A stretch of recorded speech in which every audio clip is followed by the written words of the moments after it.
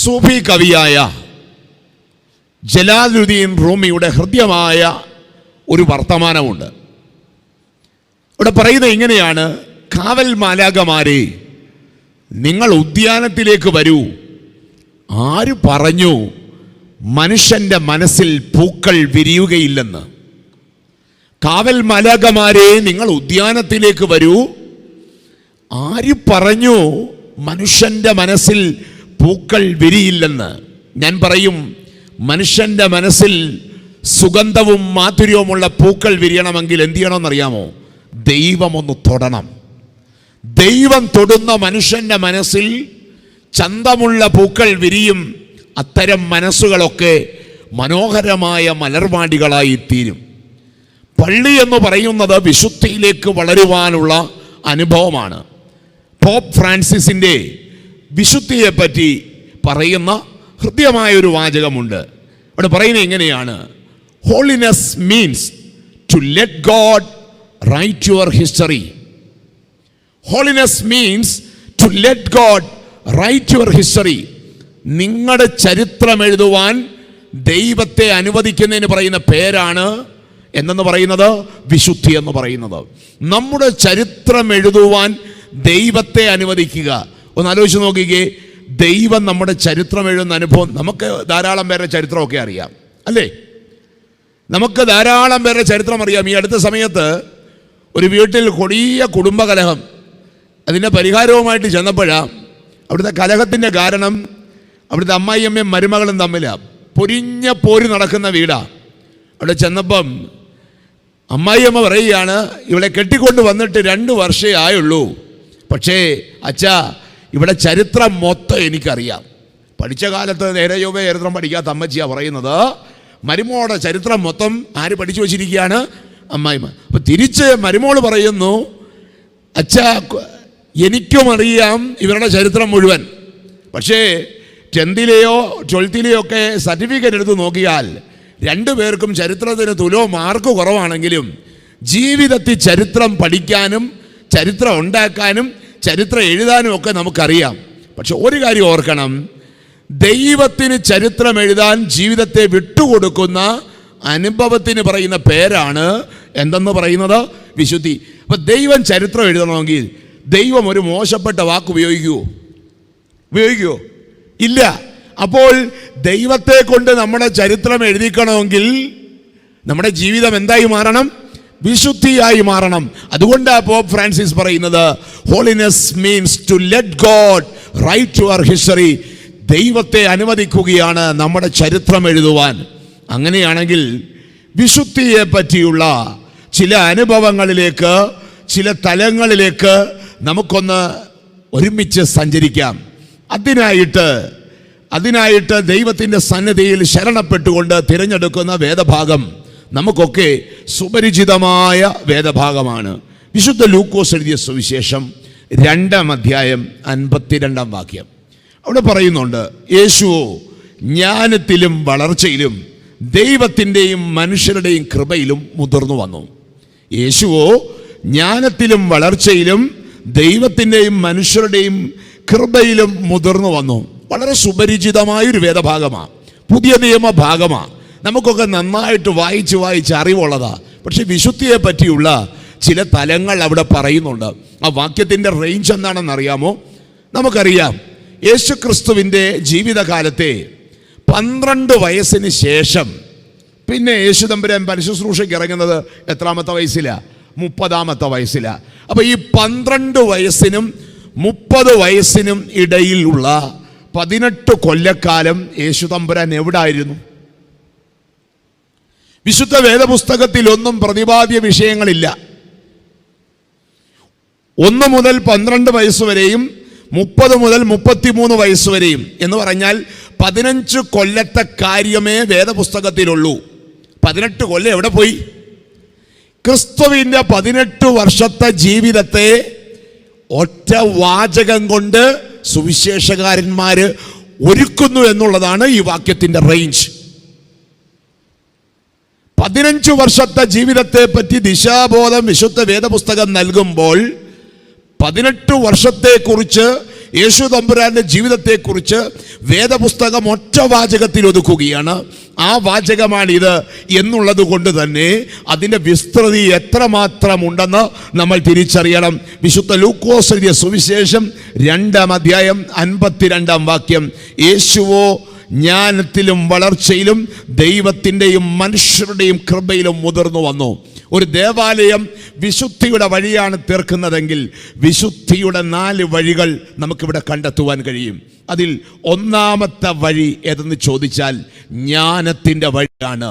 It's the way of wisdom. ജ്ഞാനത്തിൻ്റെ വഴി.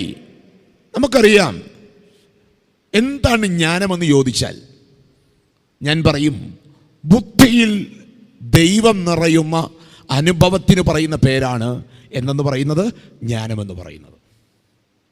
ബുദ്ധിയിൽ ദൈവം നിറയുന്ന അനുഭവത്തിന് പറയുന്ന പേരാണ് എന്തെന്ന് പറയുന്നത് ജ്ഞാനം. നമുക്കൊക്കെ ബുദ്ധിയുണ്ട്.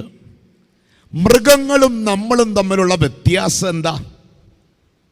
മൃഗങ്ങളുടെ സവിശേഷതയെ പറ്റി രേഖപ്പെടുത്തുന്നത്, മൃഗങ്ങൾക്ക് വിശപ്പ് വന്നാൽ എന്ത് കഴിക്കും? ആഹാരം കഴിക്കും. നമുക്കും വിശപ്പ് വന്നാൽ എന്ത് കഴിക്കും? ആഹാരം കഴിക്കും. നമുക്ക് ക്ഷീണം വന്നാൽ നമ്മൾ എന്ത് ചെയ്യും? ഉറങ്ങും. മൃഗങ്ങൾക്ക് ക്ഷീണം വന്നാൽ മൃഗങ്ങളും എന്ത് ചെയ്യും? ഉറങ്ങും. പക്ഷേ മൃഗത്തെക്കാട്ടി കുറച്ചുകൂടെ എക്സ്റ്റെൻഡ് ചെയ്ത് ഉറങ്ങുന്ന ആരാ ഉറങ്ങുന്നേ? നമ്മൾ. അതുകൊണ്ടാണ് അതിരാവിലെ കിടന്ന് ഉറങ്ങുന്നതിനെ പറ്റിയൊക്കെ പാട്ടുകാരൻ എഴുതി വെക്കുന്നത്.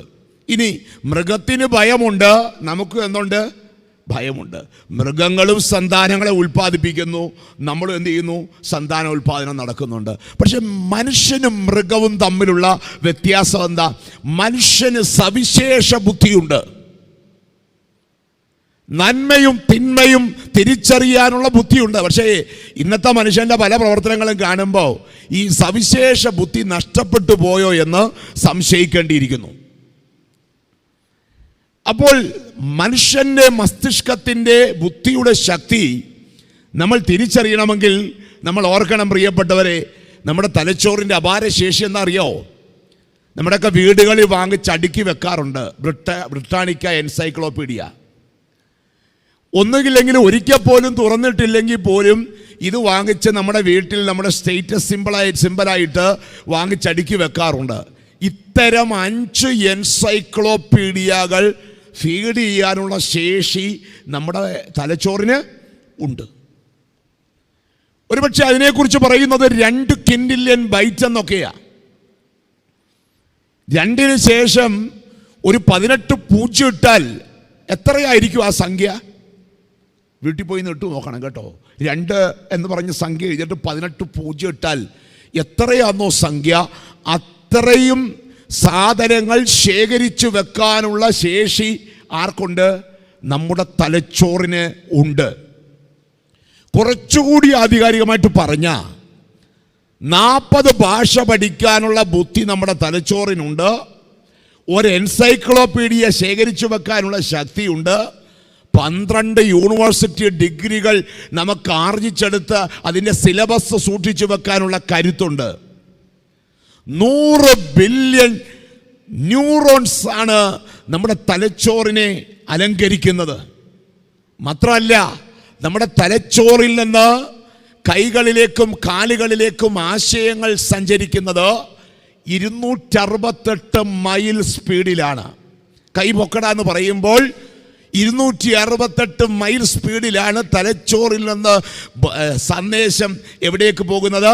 കൈകളിലേക്കും കാലിലേക്കും ഒക്കെ പോകുന്നത്. അപ്പം ഇത്രയും സവിശേഷകരമായ ബുദ്ധിയുള്ളവനാണ് ആര്? പക്ഷേ ഇവരാണ് അമ്മയും പെങ്ങളെയും തിരിച്ചറിയാൻ വയ്യാത്തത്.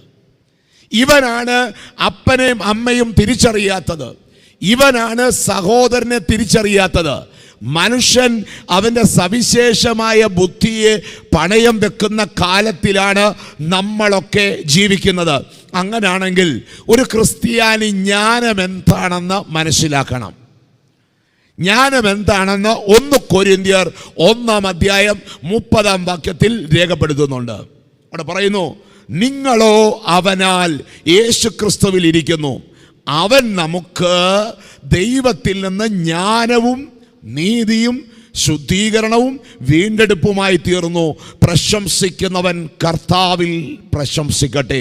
1 കൊരിന്ത്യർ 1:30 അവിടെ പറയുന്നു, ജ്ഞാനമാരാണ്? യേശുവാണ് ജ്ഞാനം. നമ്മുടെ ബുദ്ധിയിൽ യേശുവിനെ നിറയ്ക്കുന്ന അനുഭവത്തിന് പറയുന്ന പേരാണ് എന്തെന്ന് പറയുന്നത്? ജ്ഞാനമെന്ന് പറയുന്നത്. അങ്ങനെയാണെങ്കിൽ ബുദ്ധിയിൽ നമ്മൾ ആരെ നിറയ്ക്കണം? യേശുവിനെ നിറയ്ക്കണം. യേശു നമ്മുടെ ബുദ്ധിയിലുണ്ടോ? യേശു നമ്മുടെ ബുദ്ധിയിലുണ്ടെങ്കിൽ നമ്മുടെ പ്രവർത്തനങ്ങൾ എങ്ങനെയായിരിക്കും?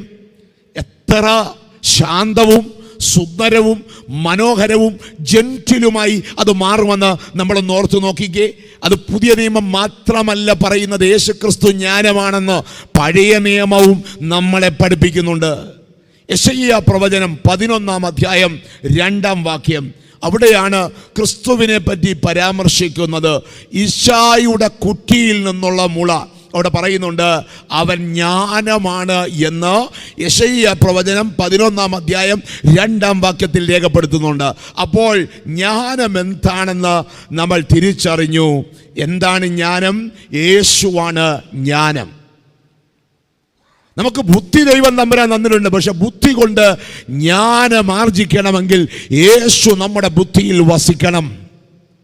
ഇനി ജ്ഞാനം നമ്മിൽ നിറയ്ക്കുന്നത് എങ്ങനെ?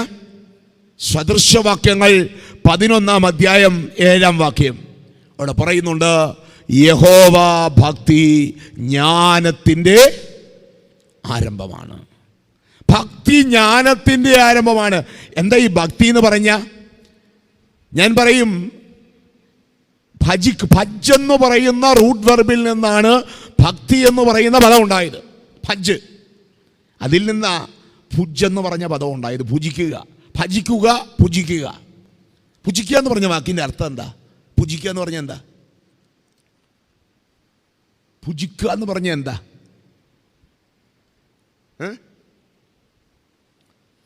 ഇന്ന് വല്ലതും ഭുജിച്ചോ എന്ന് ചോദിച്ചാൽ അതിൻ്റെ അർത്ഥം എന്താ? കഴിക്കുക അല്ലേ? പക്ഷെ നമ്മളൊന്നും ഇന്ന് ഭുജിക്കാറില്ല. നമ്മളിപ്പോൾ ചെയ്യുന്നത് എന്താ അറിയോ? വിഴുങ്ങാണ്. പ്രത്യേകിച്ച് LKG പഠിക്കുന്ന ഒരു കുട്ടിയാണെങ്കിൽ, അല്ലെങ്കിൽ സ്കൂളിൽ പോകുന്ന ഒരു കുട്ടിയാണെങ്കിൽ, ഇപ്പോഴത്തെ പിള്ളേർ രാവിലെ എഴുന്നേക്കുന്ന എത്ര മണിക്കാണ്? ഇപ്പോഴത്തെ കൊച്ചുങ്ങളെ രാവിലെ എഴുന്നേക്കുന്നത്, കാരണം രാത്രിയിൽ ഇത് ചിരണ്ടി വെച്ചോണ്ടിരുന്ന് എത്ര മണിക്കാണ് കിടക്കുന്നത്? 12 മണിക്കാണ് കിടക്കുന്നത്. ഈ 12 മണിക്കും 1 മണിക്കും കിടക്കുന്നവർക്ക് രാവിലെ എഴുന്നേക്കാൻ പറ്റുമോ? ഇല്ല. സൂര്യൻ എവിടാ ഉദിക്കുന്നതെന്ന് ചോദിച്ചാൽ പോലും പുതിയ തലമുറയ്ക്ക് അറിയത്തില്ല. പിന്നെ എന്താ, ഇംഗ്ലീഷ് പഠിക്കുമ്പോൾ അസർട്ടീവ് സെൻറ്റൻസിൻ്റെ എക്സാമ്പിളായിട്ട് നമ്മൾ പഠിക്കുന്നുണ്ട്, sun rises in the east. അതുകൊണ്ട് നമുക്കറിയാം സൂര്യൻ എവിടെയാണ്? ഈസ്റ്റാണ്. അല്ലെങ്കിൽ കാരണം സൂര്യൻ ഉദിക്കുന്നതൊക്കെ നമ്മൾ കണ്ട്. അതുകൊണ്ട് ഈ രാവിലെ കൊച്ചുങ്ങളെ എഴുന്നേൽപ്പിക്കുക എന്ന് പറഞ്ഞാൽ, ഞാൻ പറയും പേരൻസ് വേറെ ഒരു എക്സസൈസും ചെയ്യേണ്ട കാര്യമില്ല. എല്ലാ യോഗകളും പുറത്തിറക്കിയെങ്കിലേ എഴുന്നേക്കത്തുള്ളൂ. അപ്പോഴത്തേക്ക് സ്കൂൾ ബസ് വന്ന് നിൽക്കാറാകും.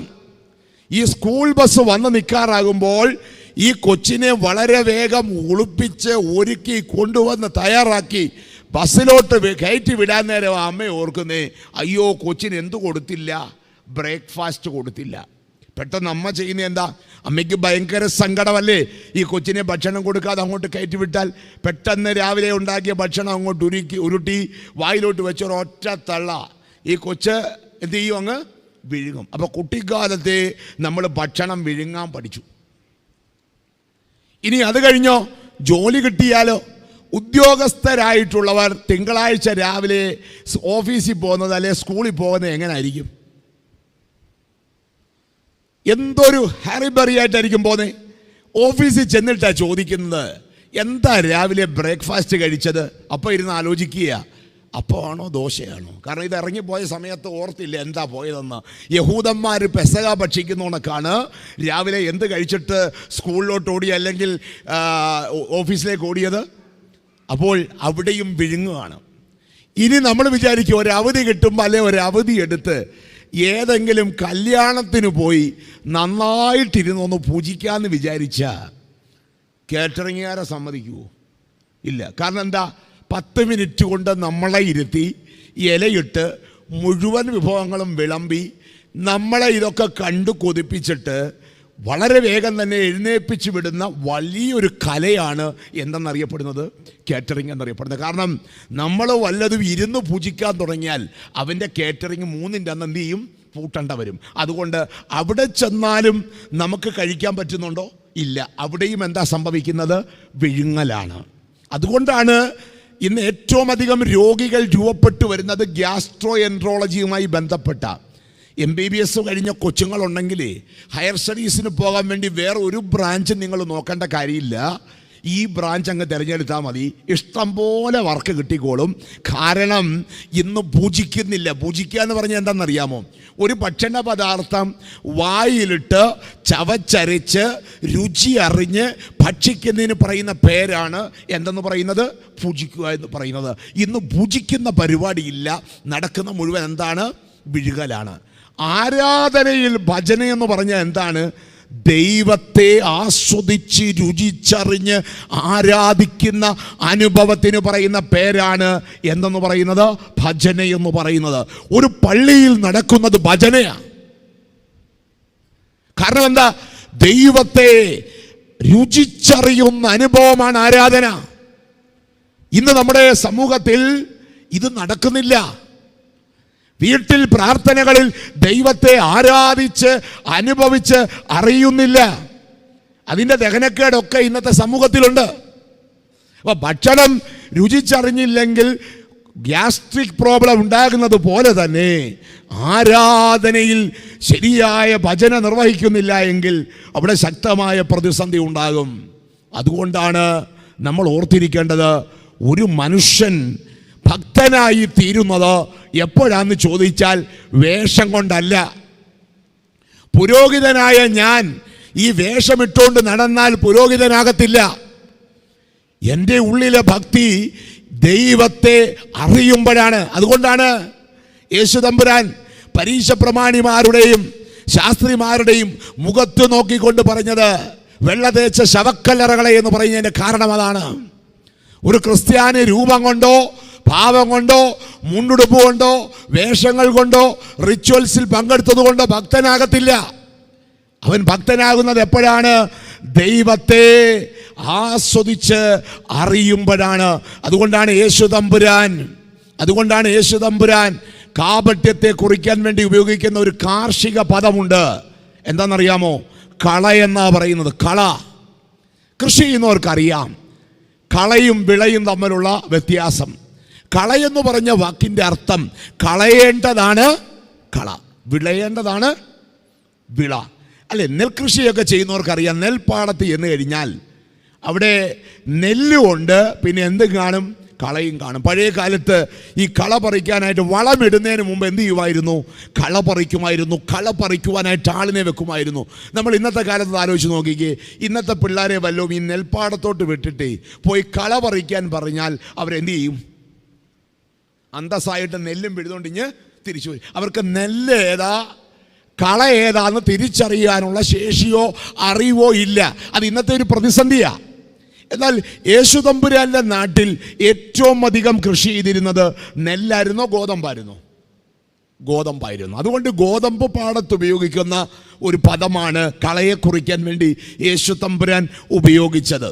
ഈ ഗോതമ്പിൻ്റെ ഇടയിൽ വരുന്ന കളയുടെ പ്രത്യേകത എന്താണെന്നറിയാമോ? ഒറിജിനലും ഡ്യൂപ്ലിക്കേറ്റും തമ്മിൽ തിരിച്ചറിയാൻ പറ്റത്തില്ല. ഗോതമ്പും കളയും തമ്മിൽ യാതൊരു കാരണവശാലും തിരിച്ചറിയാൻ പറ്റത്തില്ല. അത്രയ്ക്ക് സിമിലാരിറ്റിയാ. പിന്നെ ഇത് എപ്പോഴാണ് ഇതിൻ്റെ തനി ഗുണം കാണിക്കുന്നേ? ഇതിൻ്റെ ഫലം പുറത്തു വരുമ്പോഴാ കർഷകൻ തിരിച്ചറിയുന്നത് ഇത് ഗോതമ്പാണോ അതോ കളയാണോ എന്ന് തിരിച്ചറിയുന്നത്. അതുകൊണ്ട് അന്നത്തെ കാലത്ത് ഉപയോഗിച്ച വാക്ക് ഏതാന്ന് ചോദിച്ചാൽ സൂനിം എന്ന് പറഞ്ഞ പദമാണ്. ZUNIM. കളയെ കുറിക്കാൻ യേശു തമ്പുരാൻ ഉപയോഗിച്ച പദം ഏതാണ്? സുനിം എന്ന് പറഞ്ഞ പദമാണ്. സുനിം എന്ന് പറയുന്ന വാക്കിൻ്റെ ഇംഗ്ലീഷ് പരിഭാഷ എന്തെന്ന് ചോദിച്ചാൽ നിങ്ങൾ ക്ഷമിക്കണം, ആ പദത്തിൻ്റെ യഥാർത്ഥ പരാവർത്തനം അതായതുകൊണ്ട് അങ്ങനെ തന്നെ ഞാൻ പറയുകയാണ്. ആ പദത്തിൻ്റെ യഥാർത്ഥമായ പരാവർത്തനം ഇതാണ്: ബാസ്റ്റാർഡ് വീറ്റ്. എന്തുകൊണ്ടാ ബാസ്റ്റാർഡ് വീറ്റ് എന്നറിയപ്പെടുന്ന? വീറ്റിൻ്റെ ഇടയിൽ ഫലം കായ്ക്കുന്ന സമയത്ത് തനിഗുണം കാണിക്കുന്നത് കൊണ്ടാണ് ഇത് പറയുന്നത്. ക്രിസ്തു അതിനെ നോക്കിയിട്ടാ പറയുന്നത്, കപട ഭക്തന്മാർ ആർക്ക് തുല്യരാണ്? കളകൾക്ക് തുല്യരാണ്. നമ്മളൊന്ന് ഓർത്ത് നോക്കിക്കേ, ഈ ഗോതമ്പിന്റെ ഇടയിലെ കള പോലാണ് പല മനുഷ്യരും പള്ളിയിൽ. കണ്ടാൽ സുന്ദരൻ, എല്ലാ കാര്യങ്ങളും സജീവമാണ്, പക്ഷെ പൊതുയോഗമൊക്കെ ഒന്ന് കൂടി വാ തുറക്കുമ്പോഴാണ് അറിയുന്നത് ഇവൻ സുനിമാണോ വീറ്റാണോ എന്ന് തിരിച്ചറിയുന്നു. ഇവൻ കളയാണോ വിളയാണോ? കാരണം എന്താ? പെർഫോം ചെയ്യാൻ ഒരു അവസരം കൊടുക്കുമ്പോഴാണ് ഒരു വ്യക്തി അവന്റെ തനി സ്വഭാവം പുറത്തു കൊണ്ടുവരുന്നത്. അതുകൊണ്ടാണ് അകക്കാമ്പില്ലാത്ത മനുഷ്യരെ നോക്കി യേശു തമ്പുരാൻ പറഞ്ഞത് എന്താണ്? ഇതൊക്കെ കളകളാണ്. ബുദ്ധിയിൽ ദൈവത്തെ നിറയ്ക്കാത്തതൊക്കെ കളകളാണ്. ഒരിടവകയുടെ പ്രധാനപ്പെട്ട ലക്ഷ്യം എന്തെന്ന് ചോദിച്ചാൽ മറ്റൊന്നുമല്ല, വിളകളെ സൃഷ്ടിക്കുക എന്നുള്ളതാണ്, വിളകളെ രൂപപ്പെടുത്തുക എന്നുള്ളതാണ്, കളകളെ പാറ്റുക എന്നുള്ളതാണ്. അതുകൊണ്ട് പ്രിയപ്പെട്ടവരെ ഓർക്കുക, ഈ ഇടവക ആധ്യാത്മിക ദിനം, ഇടവക ദിനം ആഘോഷിക്കുമ്പോൾ നമ്മൾ ഓർക്കണം, വേഷത്തിലല്ല ഈ പള്ളി ഒരുങ്ങേണ്ടത്, ഭാവത്തിലല്ല ഈ പള്ളി ഒരുങ്ങേണ്ടത്, ഇവിടുത്തെ ജനം ഒരുങ്ങേണ്ടത്. പിന്നെ എങ്ങനെയാണ്? ആന്തരികമായ ഭാവത്തിൽ.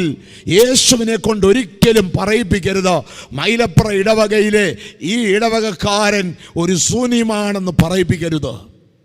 അതുകൊണ്ട് ദൈവം സവിശേഷതരമായ ബുദ്ധി നമുക്ക് നൽകിയത് കൊണ്ട് നമ്മൾ ഓർക്കുക, നമ്മുടെ ബുദ്ധിയിൽ ആരെ നിറയ്ക്കണം? യേശുവിനെ നിറയ്ക്കണം. യേശുവാണ് ജ്ഞാനം, ഭക്തിയാണ് ജ്ഞാനം നിറയ്ക്കാനുള്ള വഴി. ഈ ബോധ്യം നമ്മുടെ ഹൃദയത്തിൽ സൂക്ഷിക്കണം. രണ്ടാമത് ഈ വാക്യം പറയുന്നുണ്ട് എങ്ങനെയാണ് വളരേണ്ടത്? പ്രായത്തിൽ വളരണം. രണ്ടാമത്തെ വഴി അതാ.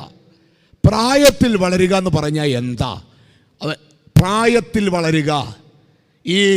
ഈ വാക്യത്തിൽ പറയുന്നുണ്ട് ജ്ഞാനത്തിലും മനുഷ്യൻ്റെയും ദൈവത്തിൻ്റെയും കൃപയിലും മുതിർന്നു വന്നു. വളരുക. ഈ വളർച്ചയെ കുറിക്കാൻ വേണ്ടി ഉപയോഗിക്കുന്ന 2 പദമുണ്ട്. ഒന്ന് growth, 2 development. What is the difference between growth and development? Growth എന്ന് പറഞ്ഞാൽ എന്താ? മൈലപ്ര പള്ളി വളർന്നു എന്ന് പറയുന്നത് എപ്പോഴാണ്? പള്ളി വലുതാകുമ്പോഴാണോ? ആണോ? നമ്മൾ വളർന്നു എന്ന് പറഞ്ഞാൽ എപ്പോഴാണ്? ഈ വർഷം നമുക്ക് 5 അടി 5 ഇഞ്ച് പൊക്കമുണ്ട്. അടുത്ത വർഷം 5 അടി 6 ഇഞ്ച് ആകുമ്പോൾ ആൾക്കാർ പറയും എന്ത് ചെയ്തു എന്ന്?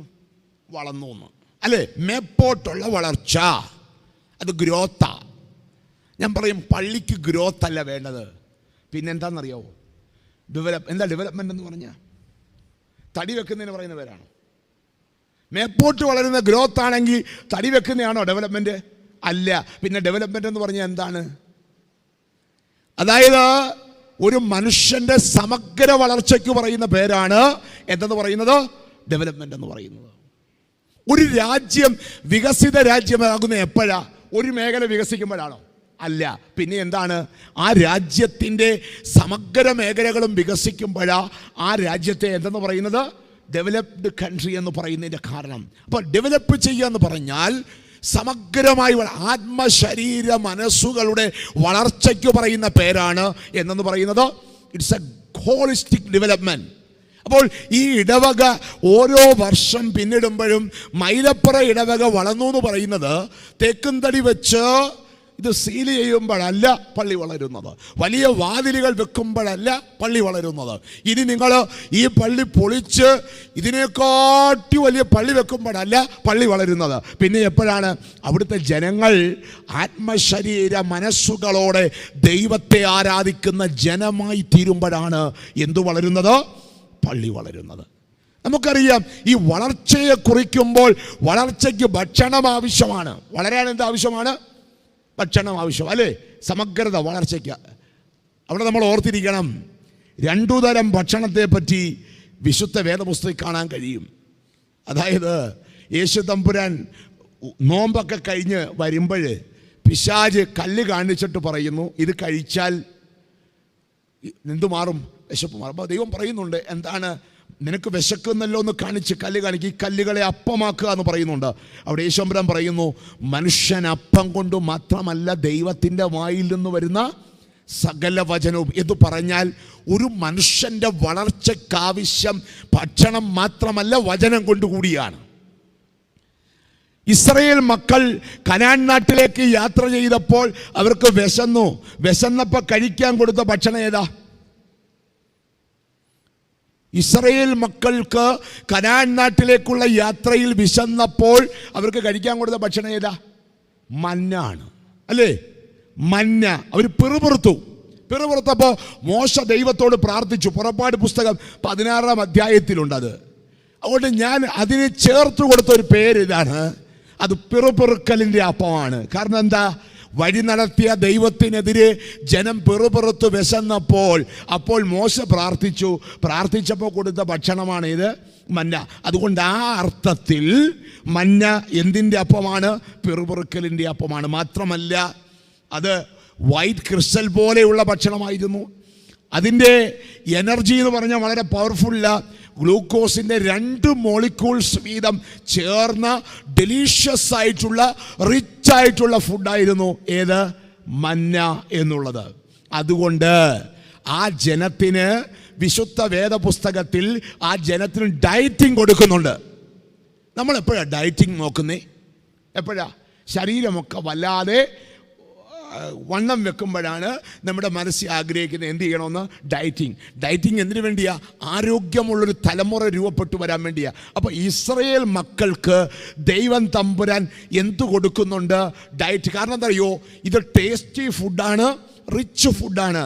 ഇത് കഴിച്ചാൽ ജനത്തിന് അസുഖമൊക്കെ പിടിക്കുമെന്ന് ദൈവത്തിന് അറിയാം, ഒത്തിരി കഴിച്ചാൽ. അതുകൊണ്ട് ദൈവം അവർക്ക് ഡയറ്റിംഗ് കൊടുക്കുന്നു. എന്തായിരുന്നു അവരുടെ ഡയറ്റിംഗ്? ഒരു ദിവസം ഒരാൾക്ക് എത്ര മന്ന കഴിക്കാമായിരുന്നു?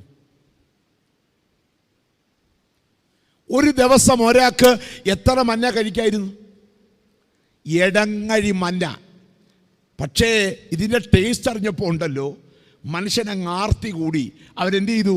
ചാക്കും വീട്ടിലെ പാത്രമൊക്കെ കൊണ്ടുവന്ന് വാരി നിറയ്ക്കാൻ തുടങ്ങി. മനുഷ്യൻ്റെ ആർത്തിയുടെ ലക്ഷണമാണ്. ഇത് കൊണ്ട് വീട്ടിൽ സൂക്ഷിച്ച് വെച്ച് പിറ്റേന്ന് രാവിലെ നോക്കുമ്പോഴുണ്ടാ ഇത് മുഴുവൻ എന്ത് ചെയ്തു? ജീർണിച്ചു പോയി. നമ്മൾ ഈ പ്രകൃതിയിലോട്ടൊന്ന് നോക്കിക്കേ. ഒരു സിംഹത്തിന് കാട്ടുപോത്തിനെ കിട്ടിയ സിംഹം എന്താ ചെയ്യുന്നത്? ആ കാട്ടുപോത്തിനെ പിടിച്ച് അതിന് ആവശ്യമുള്ള കഴിച്ചിട്ട് അതിട്ടിട്ട് പോകും.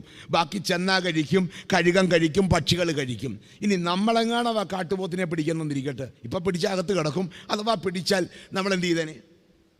വീട്ടിൽ കൊണ്ടുപോയി ഫ്രിഡ്ജിനകത്ത് അങ്ങ് വെക്കും, അല്ലേ? പിന്നെ ഒരു മാസം മൊത്തം കഴിക്കുന്നത് എന്താ?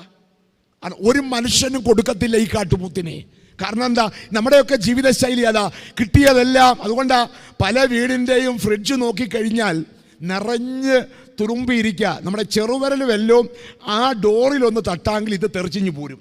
അത്രമാത്രം സാധനം ഒരു വക പങ്കുവെക്കത്തുമില്ല. അതിങ്ങനെ സൂക്ഷിച്ച് വെച്ച് മാസങ്ങളോളം കഴിക്കുന്ന ശീലമാണ്. പക്ഷെ ഒരു കാര്യം ഓർക്കണം പ്രിയപ്പെട്ടവരെ, ആർത്തി കാണിച്ച് നീ എത്ര കൂട്ടി വെച്ചാലും അതെന്ത് ചെയ്യും? ജീർണിച്ചു പോകും. വിശുദ്ധ വേദപുസ്തകം നമ്മളെ പഠിപ്പിക്കുന്ന വലിയ പാഠമാണ്. എന്നാൽ അപ്പോൾ ജനം ചോദിച്ചു, ദൈവമേ, ശബത്ത് വന്നാൽ ഈ സാധനം പിറ്റേന്നേക്ക് ഞങ്ങൾക്കില്ലല്ലോ, സൂക്ഷിച്ചു വെച്ചാൽ കേടായി പോകുമല്ലോ, ഞങ്ങൾ എന്താ ചെയ്യണ്ടേ? അപ്പോൾ ദൈവം തമ്പുരാൻ പറഞ്ഞു, ഒരു കാര്യം ചെയ്യ്, ശബത്തിൻ്റെ തലേന്ന് നീ ഒരിടങ്ങഴിയുടെ വാരി വെക്കാൻ പറഞ്ഞു.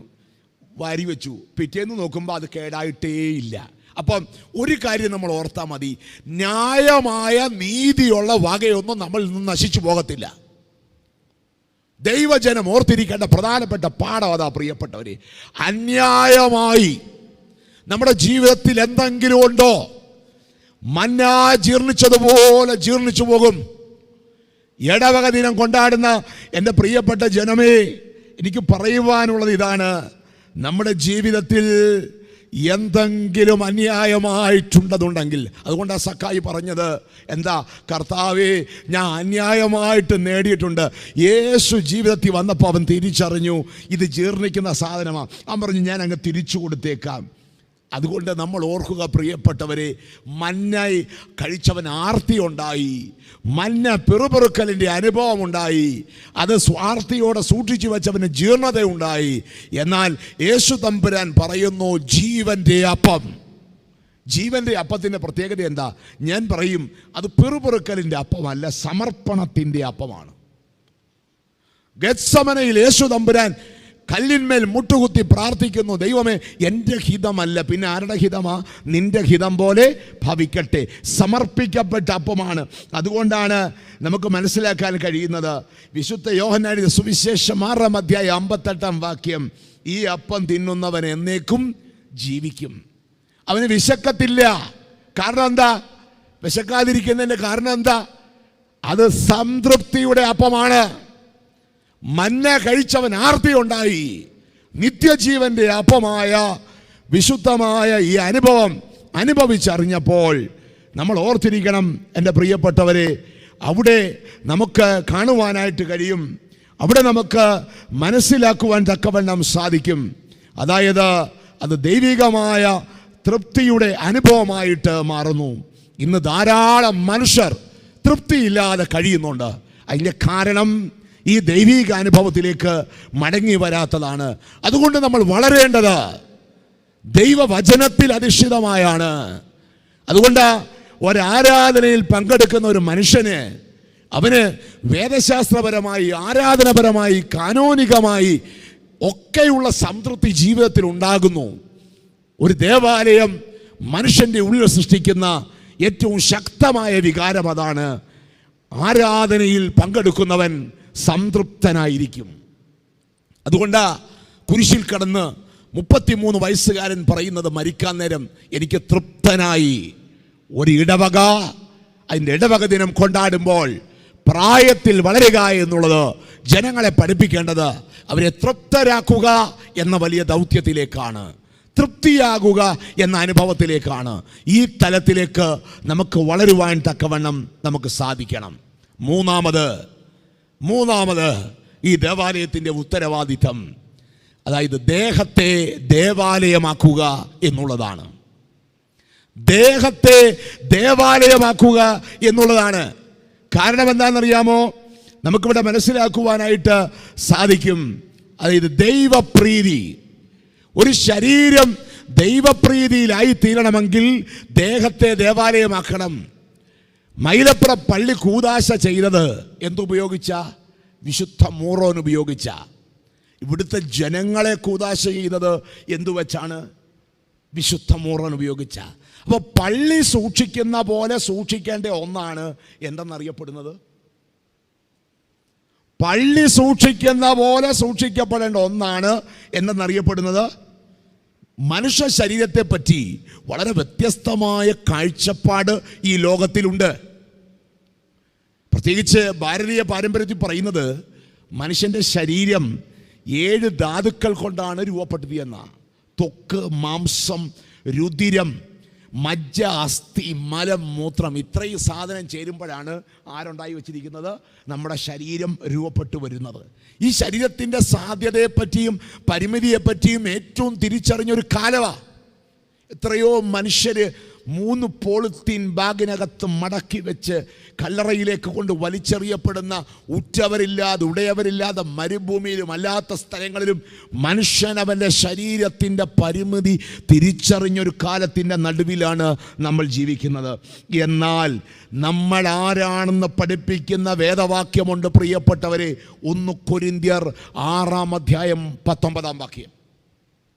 3 കാര്യങ്ങൾ അവിടെ പഠിപ്പിക്കുന്നു. ഒരിടവക ആ ഇടവകയിലെ ജനങ്ങളെ ദേവാലയമാക്കി തീർക്കണം.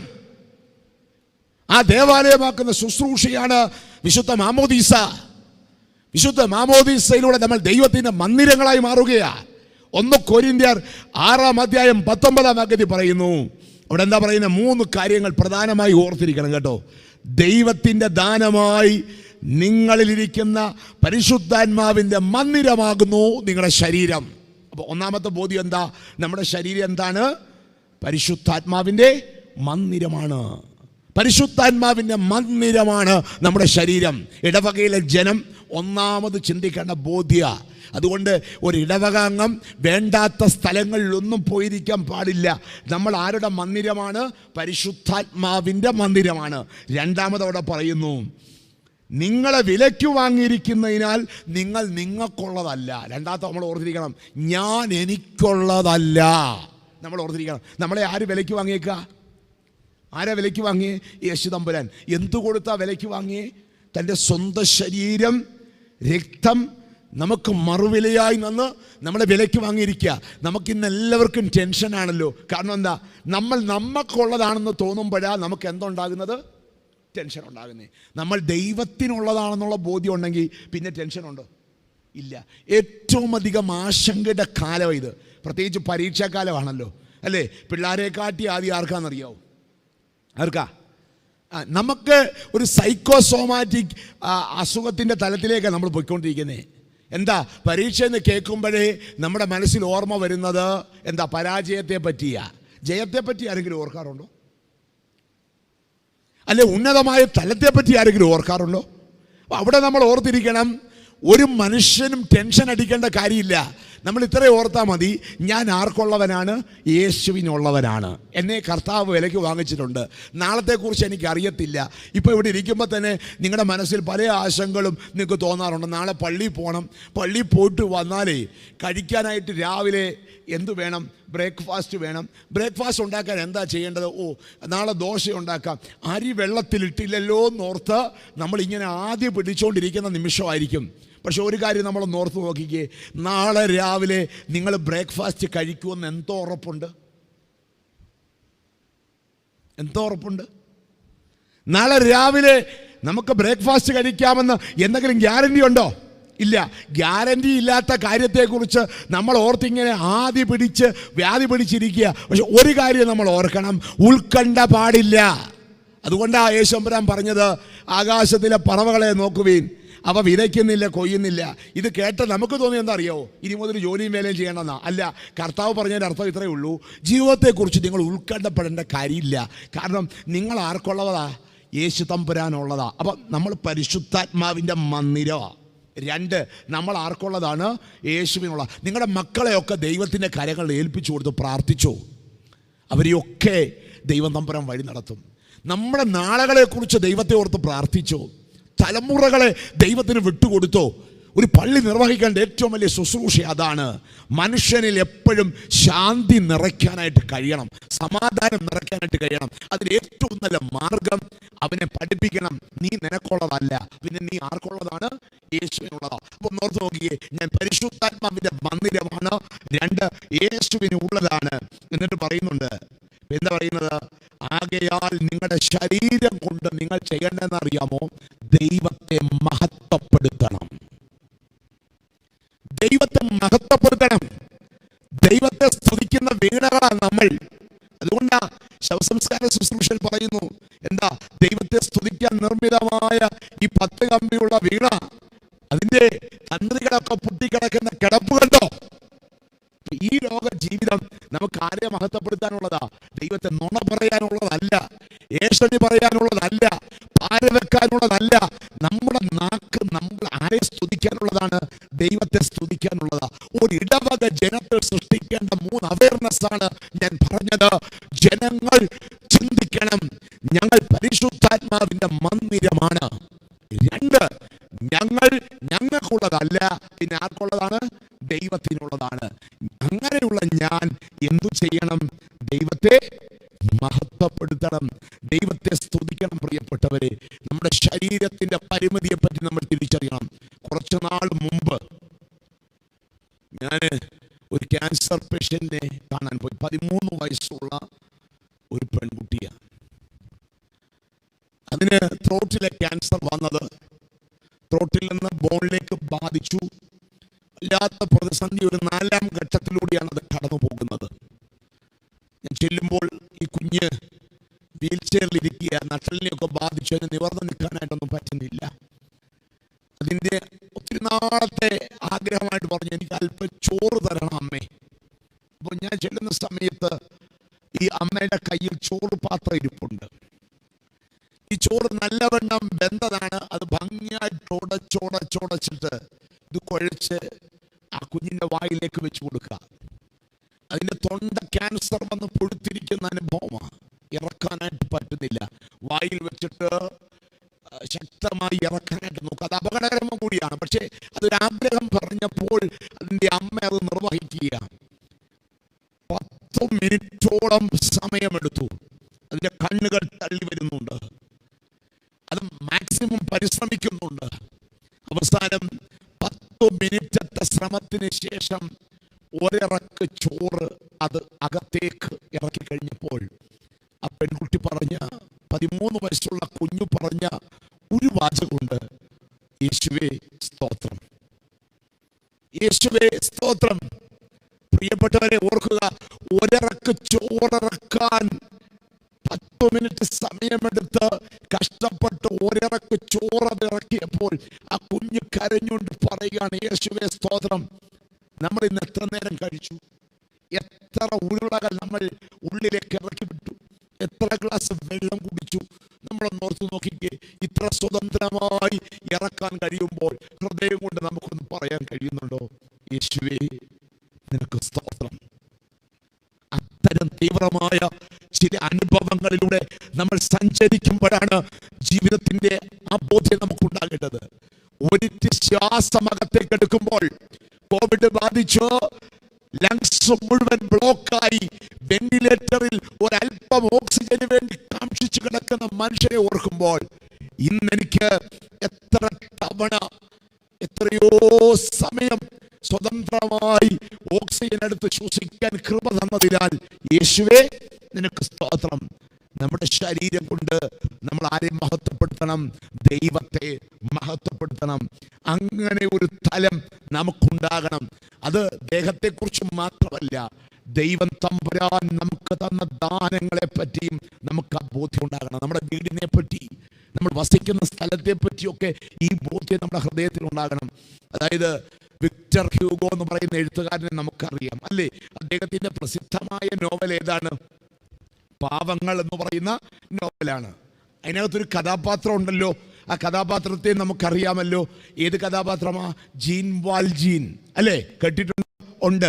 ഇല്ലെങ്കിൽ ആ പുസ്തകം എടുത്തൊന്ന് വായിക്കണം പ്രിയപ്പെട്ടവരെ. അതായത് ജീവിതത്തെപ്പറ്റി ഒത്തിരി കാഴ്ചപ്പാട് തരുന്ന പുസ്തകമാണ്. ഈ ജീൻ വാൽജീൻ ഒരു കൊടും കുറ്റവാളിയാണ്. അദ്ദേഹം ജയിലിലായിരുന്നു. അതിനുശേഷം അവിടെ ജയിലിൽ ചാടുന്നുണ്ട് ഈ ജീൻ വാൽജീൻ. കൊടും കുറ്റവാളി ജയിലിൽ ചാടിയെന്ന് കേട്ടാൽ ഇന്ന് നമുക്ക് വളരെ ശ്രദ്ധേയമായിട്ട് അറിയാൻ കഴിയും, ഇന്ന് ഒരു കുറ്റവാളിയും ജയിലിൽ ചാടുന്നില്ല. കാരണം എന്താ അറിയാമോ? പുറത്തെ ലോകത്തേക്കാൾ സുഖകരമായ ജീവിതമാണ് എവിടുത്തെ ജീവിതം? എവിടുത്തെ ജീവിതം? ജയിലിലെ ജീവിതം, അല്ലേ?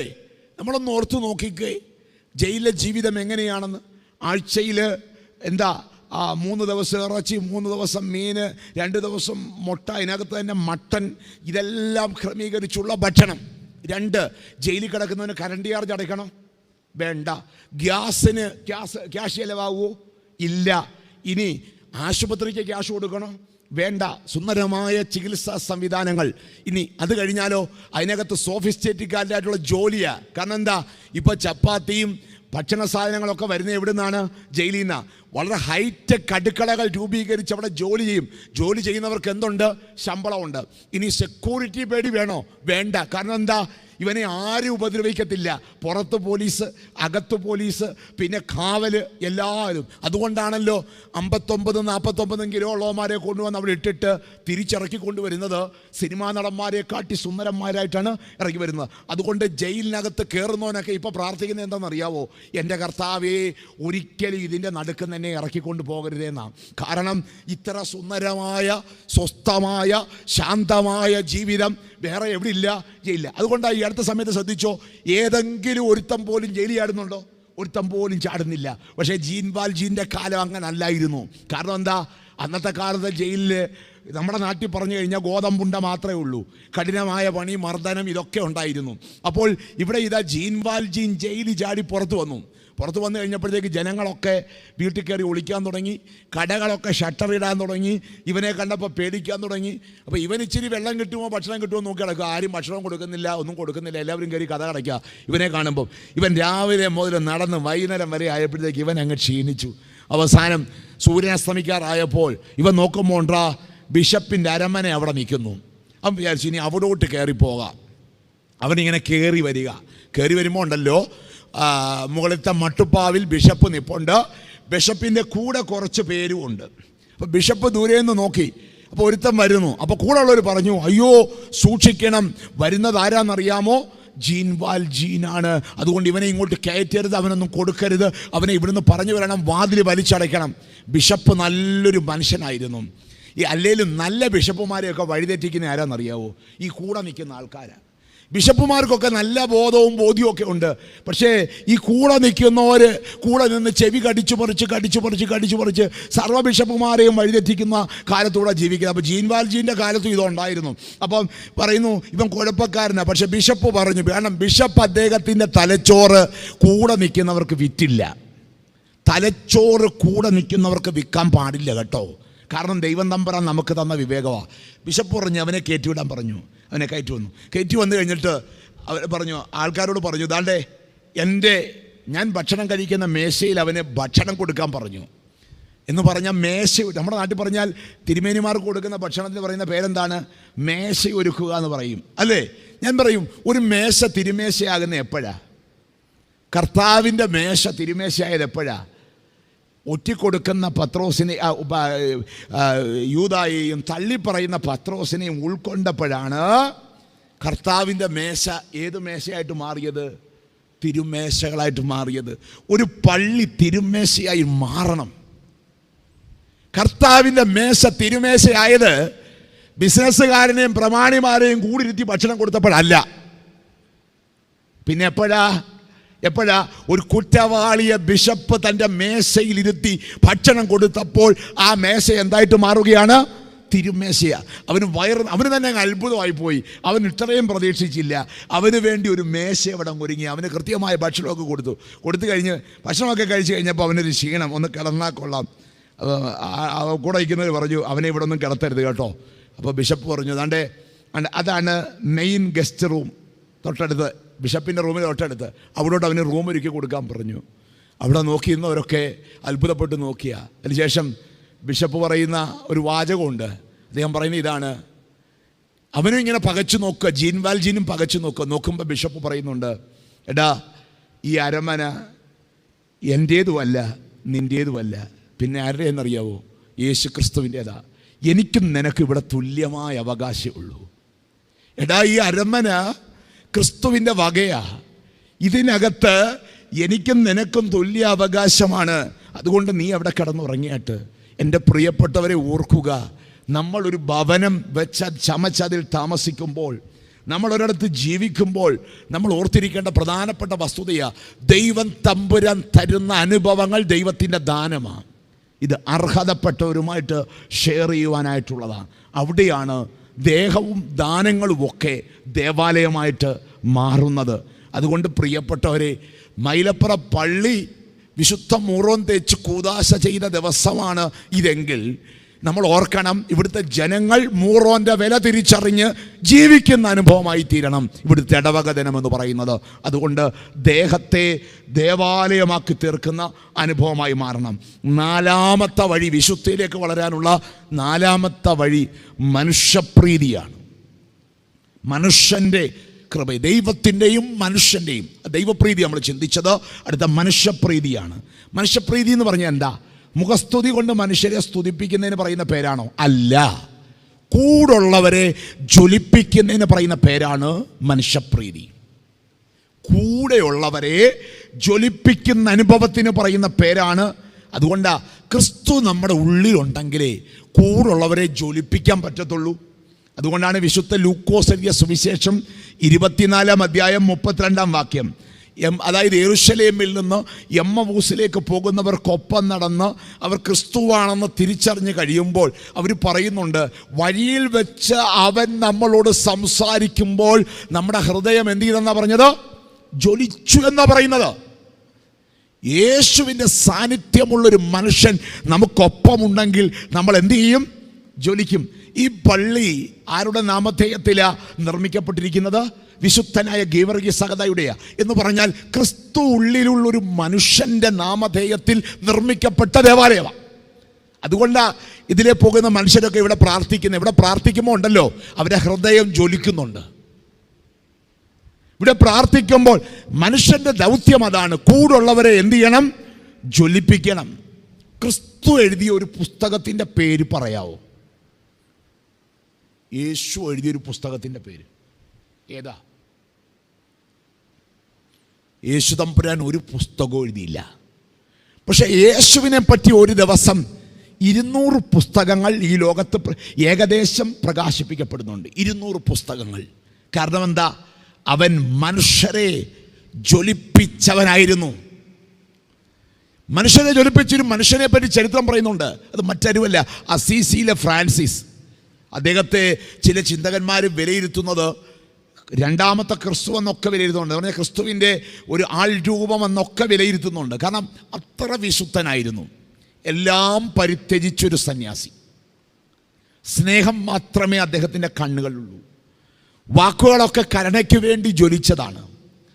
ഒരു സമ്പാദ്യം അദ്ദേഹത്തിനില്ല. കോടീശ്വരനായ ഒരു മനുഷ്യനായി എല്ലാം ത്യജിച്ചിട്ട് വന്നേ, ഒരു സമ്പാദ്യമില്ല. തെരുവ് ഭിക്ഷാടകനെ പോലെ നടന്നു നീങ്ങുന്ന വ്യക്തിയാണ്. പോകുന്ന വഴിക്കൊക്കെ പക്ഷികളോടും മൃഗങ്ങളോടും ഒക്കെ ഇങ്ങനെ സംസാരിച്ചു കൊണ്ടേയിരിക്കും.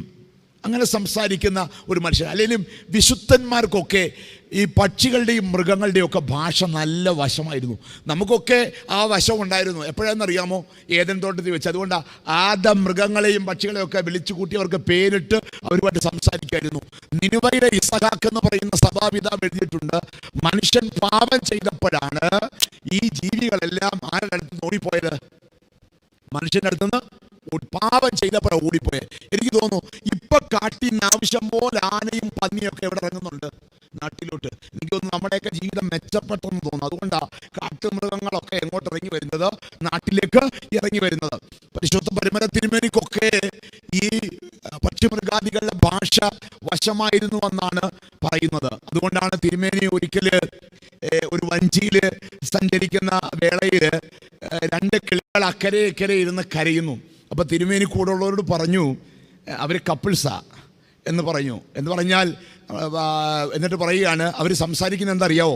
പെൺകിളിയെ അപ്പുറത്തിരുന്നോണ്ട് പറയുന്നത്, ഞാൻ കുഞ്ഞിനെയും കൊണ്ട് അങ്ങോട്ട് പറന്നു വരാൻ പോവാ. കായലിന് വീതിയുള്ള സ്ഥലമാണ്. ഞാൻ ഇതിനെയും കൊണ്ട് വരുമ്പോൾ ഇടയ്ക്ക് വെച്ചെങ്ങാനും തളർന്നു പോയാൽ നിങ്ങൾ അവിടെ ഇരുന്നിട്ട് കാര്യമില്ല, നിങ്ങൾ വന്ന് എന്നെ ഒന്ന് ഹെൽപ്പ് ചെയ്യണം കേട്ടോ എന്ന് പറയുക. അപ്പോൾ തിരുമേനി കൂടെ ഉള്ളവർ പറയുന്നു, ഇവർ സംസാരിച്ച ഇതാന്ന് പറഞ്ഞു. അപ്പോൾ അവർ അത്ഭുതത്തോട് നോക്കുക, ഇതിനെന്താ സംഭവിക്കാൻ പോന്നേ? തിരുമേനി പറഞ്ഞ പോലെ തന്നെ നടന്നു എന്നാണ് പറയുന്നത്. ഇക്കരെ ഇരിക്കുന്ന പെൺകിളി കുഞ്ഞിനെയും കൊണ്ട് പറന്നു വരുന്നു. ഇടയ്ക്ക് വെച്ച് അത് കുഴയുന്നു. ആൺകിളി പറന്നു വന്ന് അതിനെ ഹെൽപ്പ് ചെയ്യുന്നു. അവരക്കരെ ചെല്ലുന്നു എന്ന് പറഞ്ഞാൽ വിശുദ്ധന്മാരായ മനുഷ്യർക്കൊക്കെ പക്ഷികളുടെയും മൃഗങ്ങളുടെയും ഒക്കെ ഭാഷ നല്ല വശമായിരുന്നു. അതുകൊണ്ട് ഈ അസീസിലെ ഫ്രാൻസിസ് മണിക്കൂറുകളോളം പക്ഷികളും മൃഗങ്ങളുമായിട്ടൊക്കെ നിന്ന് സംസാരിക്കുമായിരുന്നു. നമ്മളൊന്ന് ഓർത്ത് നോക്കിക്കേ, നമുക്ക് ബന്ധുക്കളുണ്ട്, മക്കളുണ്ട്, പ്രിയപ്പെട്ടവരുണ്ട്, ഭർത്താവുണ്ട്, അല്ലെങ്കിൽ ബന്ധുമിത്രാദികളൊക്കെ ഉണ്ട്. നമ്മൾ മരിച്ച ആര് കരയും? നമ്മൾ മരിച്ചാലേ ആര് കരയും? ആർക്കായിരിക്കും സങ്കടം? അങ്ങനെ ഇപ്പോൾ ആയതുകൊണ്ട് കുഴപ്പമില്ല. നേരത്തെ ആണെങ്കിൽ നമ്മൾ മരിച്ചു കഴിഞ്ഞാൽ അന്നേരം കൊണ്ടുപോയി എവിടെ കൊണ്ടുപോകുന്നറിയോ?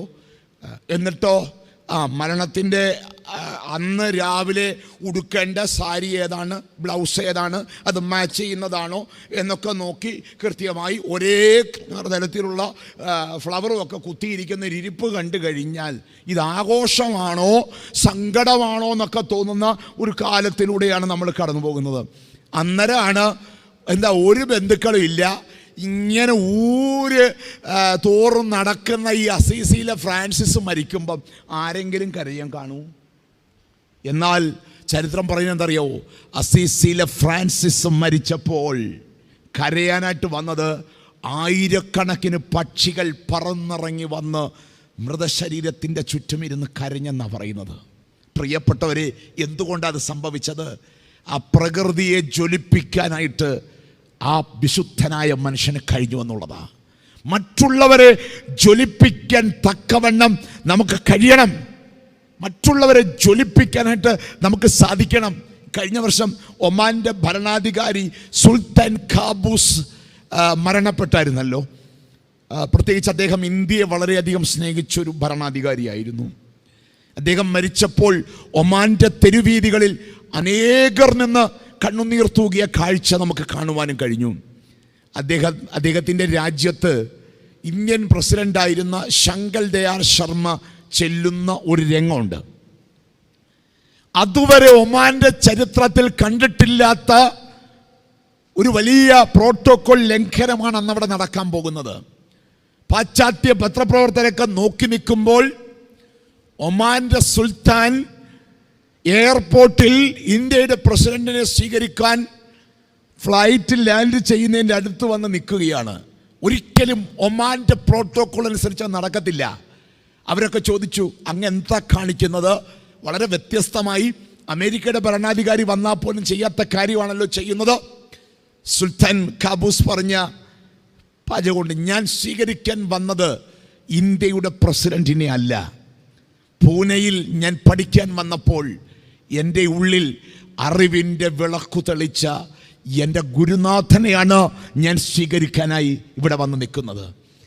ഡോക്ടർ ശങ്കൽ ദയാൽ ശർമ്മ ഇറങ്ങി വന്ന് കഴിഞ്ഞപ്പോൾ അദ്ദേഹത്തെ കൊണ്ടുപോകേണ്ട കാറിൻ്റെ ഡ്രൈവറെ പറഞ്ഞു വിട്ടിട്ട് സുൽത്താൻ ഡ്രൈവറുടെ സീറ്റിലിരുന്നു. എന്നിട്ട് ആ കാറിൽ തൻ്റെ പ്രിയപ്പെട്ട ഗുരുനാഥനെ കയറ്റിയിരുത്തി പാലസിലേക്ക് കാർ ഓടിച്ചു പോയത് ഒമാന്റെ സുൽത്താനാണ്. പ്രിയപ്പെട്ടവരെ, ഗുരുത്വം എന്താണെന്ന് കാണിച്ചു തന്ന ഒരു മനുഷ്യൻ. ഗുരുത്വത്തിൻ്റെ ഏറ്റവും വലിയ ഈറ്റില്ലമായിരുന്നു ഭാരതത്തിൻ്റെ മണ്ണ്. ഇവിടെ നമ്മൾ ഗുരുത്വം നിറവേറ്റുന്ന എങ്ങനെയാ? ഗുരുനാഥൻ്റെ തലയെ കൂടെ കരിയോയിൽ കോരി ഒഴിച്ചാൽ ഇന്ന് പുതിയ കാലത്ത് നമ്മൾ ഗുരുത്വം എന്താണെന്ന് ലോകത്തെ പഠിപ്പിച്ചുകൊണ്ടിരിക്കുന്നത്. എന്നാൽ ഇങ്ങനെയുള്ള മനുഷ്യർ നല്ല മൂല്യങ്ങൾ കൊണ്ട് ലോകത്തെ ജ്വലിപ്പിച്ചുകൊണ്ടിരിക്കുകയാണ്. അതുകൊണ്ടാണ് ഒരു കവി പറയുന്നത്, മനുഷ്യരൊക്കെ നദികളായി മാറണമെന്ന്. മനുഷ്യരൊക്കെ നദികളായി എന്തുകൊണ്ടാണ് നദികളായി മാറുന്നത്? നദിയുടെ പ്രത്യേകത നമുക്കറിയാം. നദി പോകുന്ന വഴികളിലൊക്കെ എന്തുണ്ടാകും? പച്ചപ്പുണ്ടാകും, അല്ലേ? നല്ല മനുഷ്യർ ജീവിക്കുന്ന ഇടങ്ങളിലൊക്കെ പച്ചപ്പുണ്ടാകും. ഇന്ന് നമ്മൾ ജീവിക്കുന്നിടത്തൊക്കെ പച്ചപ്പുണ്ടോ? നമ്മളൊക്കെ പോകുന്ന വഴി കൂടെ ഉള്ള പുല്ലൂടെ കരിഞ്ഞു പോകും, അല്ലേ? എന്തിനാ? വേറെ ഒന്നും വേണ്ടല്ലോ. നമ്മുടെ അയലത്ത് വീട് തൊട്ടടുത്ത് താമസിക്കുന്ന ചേട്ടനാണെന്ന് കരുതിക്കോ. അവിടുത്തെ വാഴയിൽ ഒരു നല്ല വാഴക്കൊല പിടിച്ചു. അവർ ചെയ്യാൻ പോകുന്നത് എന്തായിരിക്കുമെന്നറിയോ? എന്താ ചെയ്യാൻ പോകുന്നത്? ഇത് ഇലയോ ചാക്കോ വെച്ചങ്ങ് മൂടിയിടും. കാരണം എന്താ? തൊട്ടടുത്ത് താമസിക്കുന്ന അനിയനും അനിയത്തിയും ഒക്കെയാ ഒന്ന് നല്ലവണ്ണം നോക്കിയാൽ പിന്നെ അടുത്ത കൊല്ലം എന്ത് പിടിക്കത്തില്ല? നോക്കുന്നിടമൊക്കെ കരിഞ്ഞു പോകുമെന്നൊരു ധാരണയാ. കാരണം എന്താ? നമ്മുടെ നോട്ടത്തിൽ ആസുരത വർദ്ധിക്കുമ്പോൾ പോകുന്ന വഴികളൊക്കെ കരിഞ്ഞു പോകും. മനുഷ്യൻ നദി പോലാകണം, പോകുന്ന വഴികളെ പച്ചപ്പ് നിറയ്ക്കണം. രണ്ടാമത് പറയുന്നത് എന്താ അറിയോ? ഈ നദിയുടെ പ്രത്യേകത, നദിയിലൂടെ കൂർത്ത കല്ലുകൾ ഒഴുകും. ഒഴുകി അവസാനം അതെന്തായിട്ട് മാറുമെന്നറിയാവോ? പെബിൾസായി മാറും. നല്ല പോളിഷ്ഡ് ആയിട്ടുള്ള പെബിൾസ് നമ്മൾ ഇടുന്ന എവിടാ? വീട്ടിനകത്തിടും, അല്ലേ? അത്ര പോളിഷ് അല്ലാത്ത പെബിൾസ് ഇടുന്ന എവിടാ? മുറ്റത്തിടും. എന്ന് പറഞ്ഞാൽ കവി പറയുന്ന ഇതാണ്, വീട്ടിൻ്റെ മുറ്റത്ത് കയറ്റാൻ കൊള്ളാത്തവനെ നദിയിലൂടെ ഒഴുക്കിയിട്ട് എങ്ങനെയുള്ളവനാക്കി തീർക്കുന്നു? വീടിൻ്റെ മുറ്റത്ത് കയറ്റാൻ കൊള്ളുന്നവനാക്കുന്നു. വീട്ടിനകത്ത് കയറ്റാൻ കൊള്ളാത്ത കൂർത്തതും പരുത്തതുമായതിനെ വീട്ടിനകത്ത് കയറ്റാൻ കൊള്ളാവുന്നവനാക്കുന്നു. അതാണ് നദിയുടെ ധർമ്മം. നല്ല മനുഷ്യരുടെ ധർമ്മവും അതാണ്. ഈ ലോകത്ത് പരുക്കന്മാരെയും മോശക്കാരെയും ഒക്കെ നേരെയാക്കി മുൻപോട്ട് കൊണ്ടുപോകുന്ന, ജ്വലിപ്പിക്കാൻ കഴിയുന്ന ഒരനുഭവമായി നമ്മുടെ ജീവിതം മാറണം. അതുകൊണ്ടാ കെവിൻ കാർട്ടർ എന്ന് പറയുന്ന ഒരു വ്യക്തിയെപ്പറ്റി നമുക്കറിയാം. പുലിറ്റ്സർ പ്രൈസ് കിട്ടിയ ഒരു വലിയ ഫോട്ടോഗ്രാഫറാണ് ആര്? Kevin Carter. അദ്ദേഹം 1993 മാർച്ച് മാസം 23 ന്യൂയോർക്ക് ടൈംസിൽ വന്ന ആ ചിത്രം വിശ്വപ്രസിദ്ധമായി തീർന്നു. ആ ചിത്രത്തിൻ്റെ പേര് the vulture and little girl എന്നാ. പക്ഷെ അതിനകത്ത് വോൾച്ചർ ആൻഡ് ബോയ് ആയിരുന്നു അതിന്, പക്ഷേ അതിൻ്റെ പേര് ലിറ്റിൽ ഗേൾ എന്നാ. അതിൻ്റെ സംഭവം എന്താണെന്ന് ചോദിച്ചാൽ, അതായത് ആഫ്രിക്കൻ രാജ്യം മരുഭൂമി, പട്ടിണി കൊണ്ട് പൊറുതിമുട്ടി, കൊച്ചുങ്ങളൊക്കെ ഭക്ഷണം കഴിച്ചിട്ട് നാളുകളായി. ഒരു കൊച്ച് ഐക്യരാഷ്ട്രസഭയുടെ ഒരു പ്രത്യേക കേന്ദ്രത്തിൽ ഭക്ഷണം കൊടുക്കുന്ന നിറഞ്ഞ് മരുഭൂമിയിലൂടെ നടന്നു പോവുക. നടക്കാൻ അതിന് വയ്യ. കാരണം ഭക്ഷണം കഴിക്കാതെ കിടന്ന് കഷ്ടപ്പെട്ട് വേച്ച് ഇങ്ങനെ നടന്നു പോവുക. ഏത് സമയത്തും ആ മരുഭൂമിയുടെ ക്രൂരതയ്ക്ക് നടുവിൽ ഭക്ഷണമില്ലാതെ കുഞ്ഞ് തളർന്നു വീഴും. ഈ സമയത്ത് ഒരു കഴുകൻ നോക്കിയിരിക്കുകയാണ്. കഴുകൻ്റെ നോട്ടം എന്താണെന്നറിയാമോ? ഈ കൊച്ചിൻ്റെ ശ്വാസം ഒന്ന് നിലച്ചിട്ട് വേണം ആ കൊച്ചിനെ ആർക്ക് കഴിക്കാൻ? കഴുകന് നിലയ്ക്കാൻ. കൊച്ചിൻ്റെ മനസ്സിലൊരാഗ്രഹമുണ്ട്, എനിക്ക് എത്രയും പെട്ടെന്ന് എവിടെ എത്തിച്ചേരണം? ഭക്ഷണം കൊടുക്കുന്ന ക്യാമ്പിലെത്തിച്ചേരണം. ഈ പോകുന്നതിനിടയിൽ ഈ കൊച്ചങ്ങ് വീണു. ജീവശ്വാസം നിലയ്ക്കാൻ നിമിഷങ്ങൾ മതി. അത്ര ഗുരുതരാവസ്ഥയാണ്. കഴുകൻ നോക്കിയിരിക്കുന്നു. ഈ സമയത്താണ് കെവിൻ കാർട്ടർ ഈ കാഴ്ച കാണുന്നത്. അദ്ദേഹം പെട്ടെന്ന് തൻ്റെ ക്യാമറ എടുത്ത് ഇത് പകർത്തി. ഏറ്റവും സാധ്യതയുള്ളൊരു ചിത്രമാണ്. ഒരു വശത്ത് ആഹാരത്തിന് വേണ്ടി കാത്തിരിക്കുന്ന കഴുകൻ, അപ്പുറത്ത് ജീവൻ നിലനിർത്താൻ ആഹാരത്തിന് വേണ്ടി സ്വപ്നം കാണുന്ന പിടഞ്ഞു മരിക്കാൻ പോകുന്ന കുഞ്ഞ്. പടമെടുത്തു, മൂല്യങ്ങൾ കിട്ടി, അവാർഡ് കിട്ടി. ഒരവാർഡ് ചടങ്ങിൽ അനുമോദനമൊക്കെ വാങ്ങിച്ച് ഇറങ്ങി വരുമ്പോൾ അവിടെ ഇരിക്കുന്നൊരു സ്ത്രീ കെവിനോട് ഒരു ചോദ്യം ചോദിച്ചു. കെവിൻ, നിങ്ങളുടെ ചിത്രം മൂല്യമുള്ളതാണ്, നിങ്ങളുടെ ചിത്രം വലിയ മെസ്സേജ് തരുന്നതാണ്. പക്ഷേ കെവിൻ, ആ കുഞ്ഞെവിടെ? കെവിൻ, ആ കുഞ്ഞെവിടെ? അന്നേരം കെവിൻ ഓർക്കുന്നത് എന്താണ്? ആ ചിത്രം കിട്ടിയ സന്തോഷത്തിൽ മതിമറന്ന് അദ്ദേഹം ആ കുഞ്ഞിനെ അവിടെ ഇട്ടിട്ട് ഓടിപ്പോരുകയാണ്. അന്നു മുതൽ ആ മനുഷ്യൻ നേറി, അന്നു മുതൽ ആ മനുഷ്യൻ കരഞ്ഞു. അവൻ മയക്കുമരുന്നിന് അടിമയായി. അവസാനം 33-ാമത്തെ വയസ്സിൽ സ്വന്തം കാറിൻ്റെ outlet, carbon monoxide outlet hose വഴി കാറിനകത്തേക്ക് കൊടുത്ത് 33-ാമത്തെ വയസ്സിൽ ഇതിൻ്റെ വേദനയാൽ അവൻ ആത്മഹത്യ ചെയ്യുകയാണ്. പ്രിയപ്പെട്ടവരെ, ഓർക്കുക, ഒരു കൈ സഹായം കൊണ്ട്, ഒരു വേദന തിരിച്ചറിഞ്ഞതുകൊണ്ട്, ഒരു തലോടൽ കൊണ്ട്, ഒരാശ്വാസം കൊണ്ട് കൂടെയുള്ളവരെ ജ്വലിപ്പിക്കേണ്ട ജന്മമാണ് നമ്മുടേതെന്നുള്ള ബോധ്യം നമ്മുടെ ഹൃദയത്തിൽ രൂപപ്പെട്ടു വരണം. പ്രിയപ്പെട്ടവരെ, അതുകൊണ്ട് നമ്മുടെ ജീവിതം രൂപപ്പെടുത്തുന്ന വിശുദ്ധിയുടെ വഴികളിലേക്ക് നമ്മളെ പരുവപ്പെടുത്തുന്ന ഒരു അനുഭവമാണ്. ദൈവം നമുക്ക് നല്ലൊരു മസ്തിഷ്കം തന്നിട്ടുണ്ട്. കർത്താവേ, എൻ്റെ തലച്ചോറിൽ യേശുവുണ്ടോ എന്ന് ചോദിക്കാൻ, യേശുവിനെ ഒന്ന് കാണുവാൻ തക്കവണ്ണമുള്ള ഒരനുഭവമായിട്ട് ഈ വർഷത്തെ ഇടവക ദിനം തീരണം. 2, ഞാൻ വളരുന്നുണ്ട് കർത്താവേ. അത് ശാരീരിക വളർച്ച മാത്രമല്ല, പിന്നെ ഞാൻ എങ്ങനെയാണ് വളരേണ്ടത്? ആത്മശരീര മനസ്സുകളുടെ വളർച്ച എന്നിൽ നിർവഹിക്കപ്പെടുമ്പോൾ, ഞാൻ തൃപ്തനായി തീരുമ്പോഴാണ് ഞാൻ വിശുദ്ധിയുടെ അനുഭവം മനസ്സിലാക്കുന്നത്. 3, എൻ്റെ ശരീരം ഈ പള്ളി പോലെ കൂദാശ ചെയ്യപ്പെട്ടിട്ടുള്ള ഒന്നാണ്. കർത്താവേ, നിന്നെ മഹത്വപ്പെടുത്തുന്ന, ഇത് പരിശുദ്ധാത്മാവിൻ്റെ മന്ദിരമാണെന്നും ഞാൻ എൻ്റെ വകയല്ലെന്നും ഇതുകൊണ്ട് ദൈവത്തെ മഹത്വപ്പെടുത്തേണ്ടവനാണെന്നുള്ള ബോധ്യം നമ്മളിൽ നിറയേണ്ടത് അനിവാര്യമാണ്. 4, ജീവിച്ച പോരാ, ജീവിക്കുന്ന കാലത്ത് കൂടെയുള്ളവരെ ജ്വലിപ്പിക്കാനുള്ള വലിയ ഉത്തരവാദിത്വവും നമ്മളിലുണ്ട് എന്ന് തിരിച്ചറിയുന്ന അനുഭവമായി തീരണം. അന്നേരമാണ് ഈ ഇടവക ദിനമൊക്കെ സുന്ദര വഴികളായി തീരുന്നത്.